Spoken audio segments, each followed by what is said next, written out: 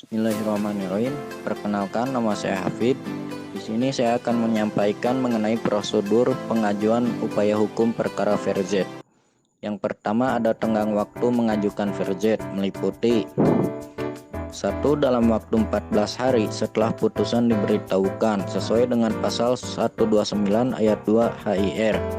Yang kedua, sampai hari ke-8 setelah teguran seperti yang dimaksud pasal 196 HIR apabila yang ditegur itu datang menghadap. Yang ketiga, jika tidak datang waktu ditegur sampai hari ke-8 setelah eksekutorial sesuai dengan pasal 129 HIR. Selanjutnya yang kedua, perlawanan terhadap first take bukan perkara baru. Artinya, perlawanan merupakan satu kesatuan yang tidak terpisah dengan gugatan semula. Oleh karena itu, perlawanan bukan gugatan atau perkara baru, tetapi tiada lain merupakan bantahan yang ditujukan kepada ketidakbenaran dalil gugatan dengan alasan first take yang dijatuhkan keliru dan tidak benar. Sesuai dengan putusan MA nomor 494/PDT/1983 mengatakan dalam proses VRZ atas first take, pelawan tetap berkedudukan sebagai tergugat dan terlawan sebagai penggugat. Selanjutnya yang ketiga mengenai pemeriksaan perlawanan atau VRZ meliputi 1. Pemeriksaan berdasarkan gugatan semula. Dalam putusan MA nomor 938/PDT/1986 terdapat pertimbangan sebagai berikut. Substansial VRZ terhadap putusan first take harus ditujukan kepada isi pertimbangan putusan dan dalil gugatan terlawan atau penggugat asal. VRZ yang hanya mempermasalahkan alasan ketidakhadiran pelawan atau tergugat asal menghadiri persidangan tidak relevan karena forum untuk memperdebatkan masalah itu sudah dilampaui. Putusan VRZ yang hanya mempertimbangkan masalah sah atau tidak ketidakhadiran tergugat memenuhi panggilan sidang adalah keliru.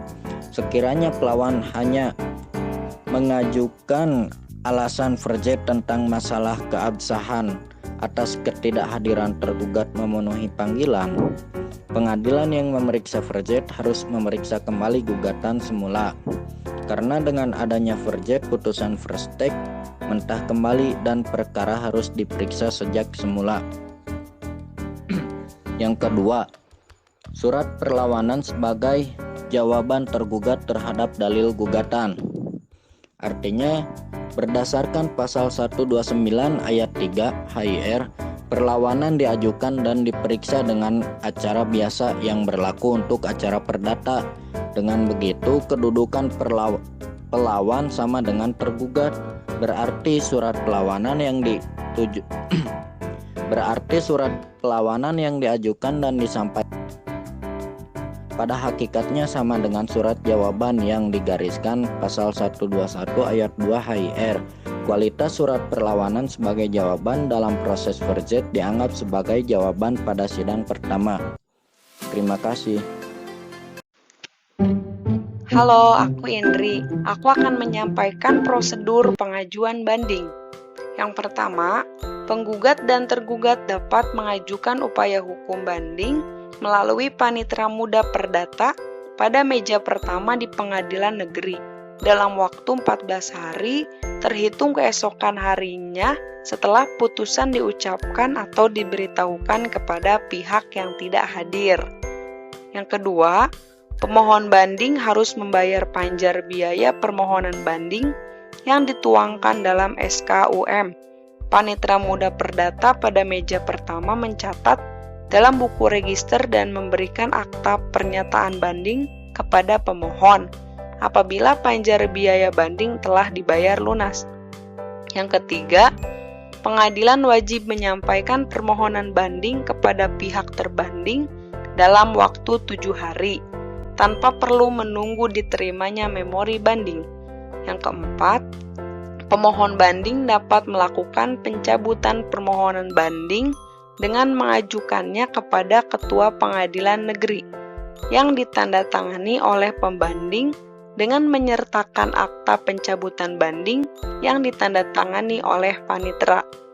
Yang kelima, pengadilan wajib melakukan pemeriksaan perkara banding dalam jangka waktu 6 bulan, termasuk proses minutasi SEMA nomor 3 tahun 1998 tentang penyelesaian perkara.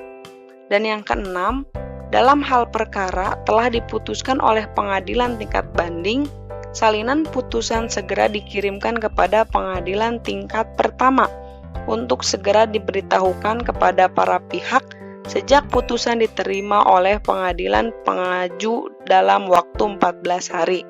Itulah prosedur dalam pengajuan banding. Terima kasih semuanya. Halo guys, ketemu lagi sama aku Gilang Yulistiar. Di vlog kali ini, aku bakal ngasih tahu kalian cara-cara atau prosedur pengajuan kasasi dengan dasar hukum pasal 43 sampai pasal 55 Undang-Undang Nomor 14 Tahun 1985 tentang Mahkamah Agung Republik Indonesia. Namun sebelum itu, kita harus mengetahui terlebih dahulu aturan umumnya. Nah, aturan yang pertama adalah permohonan kasasi dapat diajukan hanya jika pemohon terhadap perkaranya telah menggunakan upaya hukum banding kecuali ditentukan lain oleh undang-undang. Yang kedua, permohonan kasasi dapat diajukan hanya satu kali. Dan yang ketiga, permohonan kasasi dapat diajukan oleh pihak yang berperkara atau wakilnya yang secara khusus, lalu terdakwa atau wakilnya yang secara khusus dikuasakan itu, atau penuntut umum atau auditor dalam perkara pidana.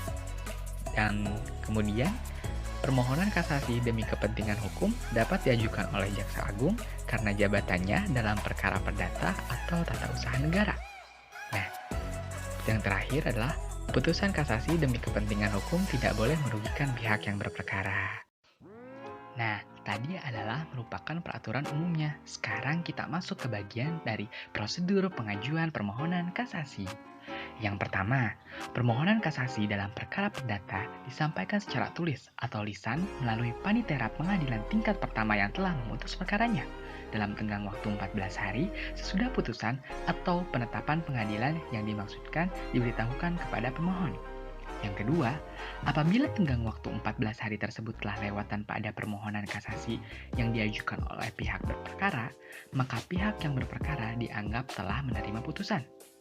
Yang ketiga, setelah permohon membayar biaya perkara, panitera mencatat permohonan kasasi dalam buku daftar, dan pada hari itu juga membuat akta permohonan kasasi yang dilampirkan dalam berkas perkara.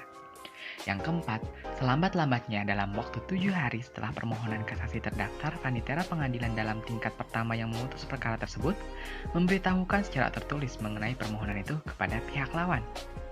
Yang kelima, dalam pengajuan permohonan kasasi, pemohon wajib menyampaikan pula memori kasasi yang memuat alasan-alasannya dalam tenggang waktu 14 hari setelah permohonan yang dimaksud dicatat dalam buku daftar. Yang keenam, panitera pengadilan yang memutus perkara dalam tingkat pertama memberikan tanda terima atas penerimaan memori kasasi dan menyampaikan salinan memori kasasi tersebut kepada pihak lawan dalam perkara yang dimaksud dalam waktu selambat-lambatnya 30 hari. Yang ketujuh, pihak lawan berhak mengajukan surat jawaban terhadap memori kasasi kepada panitera dalam tenggang waktu 14 hari sejak tanggal diterimanya salinan memori kasasi.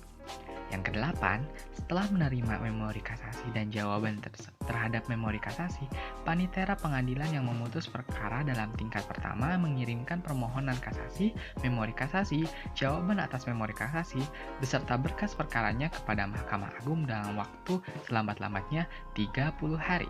Yang kesembilan, panitera Mahkamah Agung mencatat permohonan kasasi tersebut dalam buku daftar dengan membubuhkan nomor urut menurut tanggal penerimaannya, membuat catatan singkat tentang isinya, dan melaporkan semua itu kepada Ketua Mahkamah Agung. Nah, itulah cara-cara atau prosedur pengajuan kasasi di Mahkamah Agung. Jangan lupa like, komen, dan subscribe, juga share agar ilmu ini dapat menjadi berkah. Terima kasih semuanya. Bye.